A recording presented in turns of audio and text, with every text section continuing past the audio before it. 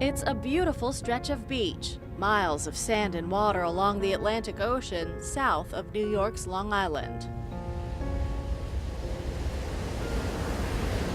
But now, the barrier island that connects Jones Beach State Park and Oak Beach is sinister to some, since 11 sets of human remains have been found there, and the search is underway for at least one serial killer, maybe more. Yeah. The chilling mystery began to unfold on May 1, 2010, when 24-year-old Shannon Gilbert disappeared. She lived in Jersey City and made a living as a prostitute, but her mother, Mary Gilbert, and sister Stevie Smith remember her as much more than that, a loving daughter, sister, and aunt. My favorite memory of Shannon's is that she loved to cook. She was a really, really good cook. She was very joyful, nothing brought her down. Shannon grew up in the small town of Ellenville, New York, one of 4 sisters. She used to help Stevie with her homework and graduated from high school at the age of 16. She was very, very, very book smart too as well. And her goal was to be a writer. Mary cherishes a card Shannon gave her after Mary received a promotion at work. The words of a daughter who loved her mother. I look on to you for strength in times of my own struggles to realize anything is possible. On May 1, 2010, a call from a potential client, Joseph Brewer, brought Shannon to the Homeowners Association here in Oak Beach. Her family says the money Shannon was being offered was more than she normally made, and the rent was due.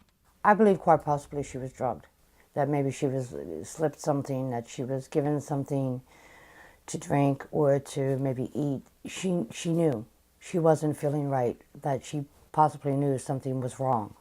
Shannon ran off, at one point knocking on Gus Coletti's front door in a panic, at another point knocking on another homeowner association resident, Barbara Brennan's door, and running off again. Mary and Stevie say police mishandled Shannon's disappearance from the start. If she had enough strength and knowledge to call the police, to scream for help, to run as far and as long as she did. At one point, she dialed 911. Mary can't understand why police couldn't find her. Cell phones have a GPS. They could have found her, and they could have found her in time. But police say Shannon wasn't able to give them information they could use, for example, saying she was near Jones Beach, several miles away. We know she called that morning, 911. She was on the phone for 20 minutes. We have that. We listened to it. What we heard was someone who seemed disoriented, confused. She did not seem rational. Besides Shannon, Coletti and Brennan called 911 that day.